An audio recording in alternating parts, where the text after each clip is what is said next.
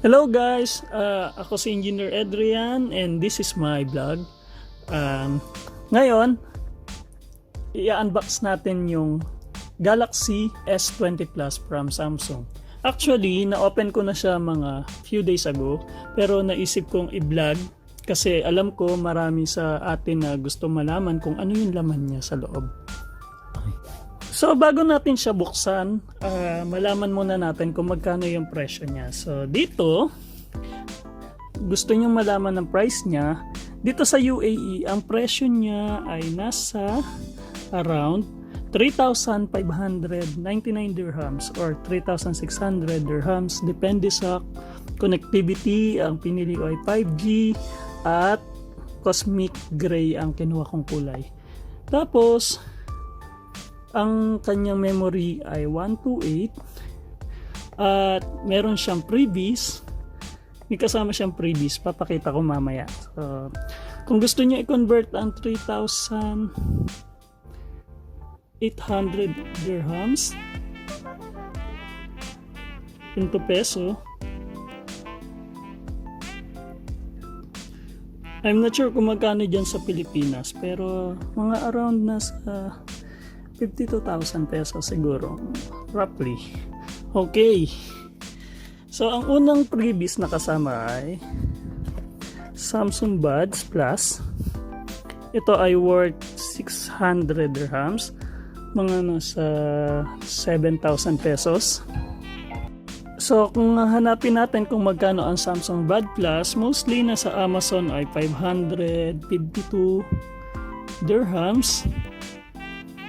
So, mga nasa 6,500 pesos siguro. Ang mahal, no? Pero tingnan natin kung worth it nga ba yung price na yan. Ito yung laman niya. Mga unbox na siya, pero para lang makita natin kung ano yung laman niya. Whoops. Ito yung buds.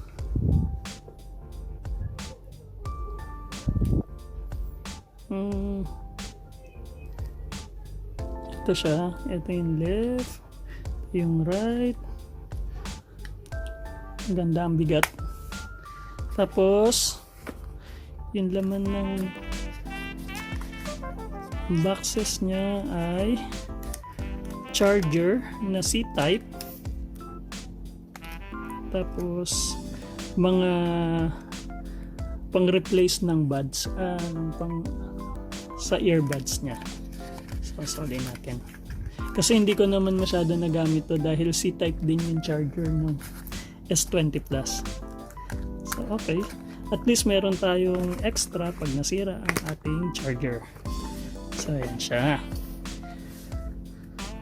Worth it? I don't know. Pero mukhang nagamit ko na siya, maganda na may sounds. So, meron din siyang free na flip-flop case. Ayan, for S20 Plus. So let's start kung ano ang laman ng S20 Plus inside the box. So makikita nyo dito kung ano yung color. Cosmic Gray, 128GB. And then syempre pag bumili tayo, meron yung sealed, na-open ko na. So syempre nung binili natin yan, naka-sealed yan. Okay. So, ano ang nasa likod niya? Ito muna. Ano ba to? Yung pin ng pantanggal ng SIM card at memory card. At may kasamang jelly case. Hindi ko nagamit kasi may free pa siya na separate. Mas maganda yon. Tapos yung tour quick start guide. Ewan ko kung kailangan pa natin basahin yan. Kasi mostly naman ginagamit na natin agad-agad ang cellphone. Pagbukas, di na natin binabasa ang manual. I hope na pare-pareho tayo. Ito yung phone. Guys. Ganda. So, hindi ko muna papakita kung ano yung performance niya. Sa next video na lang. Okay.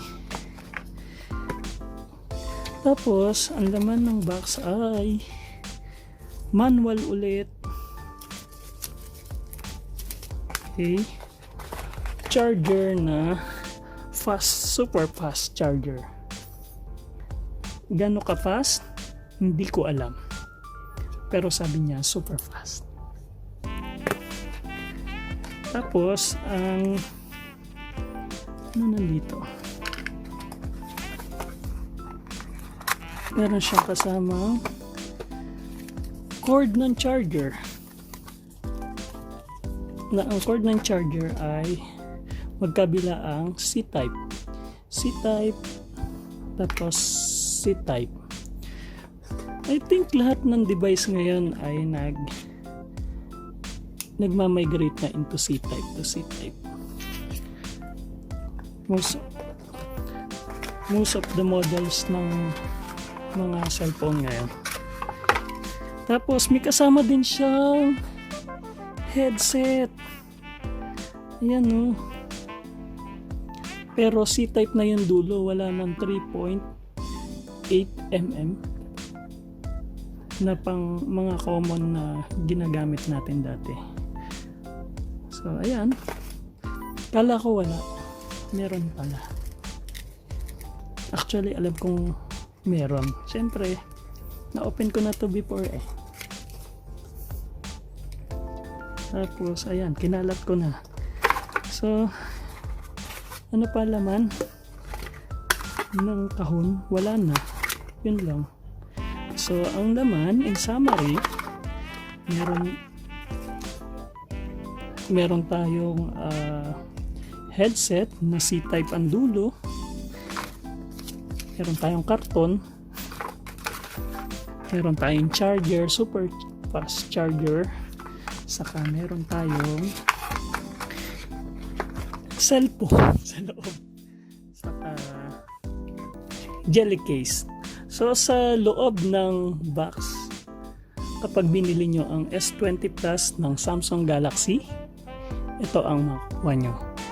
Thank you for watching guys, and see you on my next video. Guys, in addition pala, itong cellphone na to ay medyo mabigat kasi 186 grams siya. Pero ang kanyang dimension ay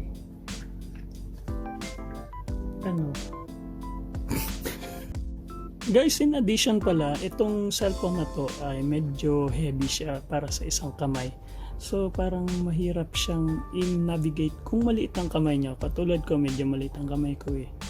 Tapos mabigat siya, at the same time madulas. So kailangan nyo lagyan ng protector. Kaya siya may siguro na jelly case.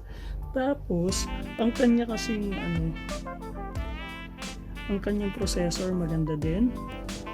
Meron siyang RAM na 8GB.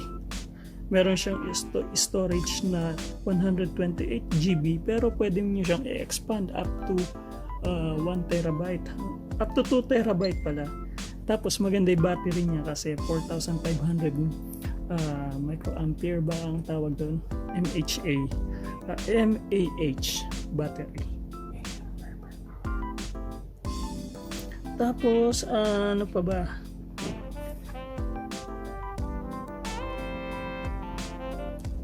Nirelease siya noong February 2020,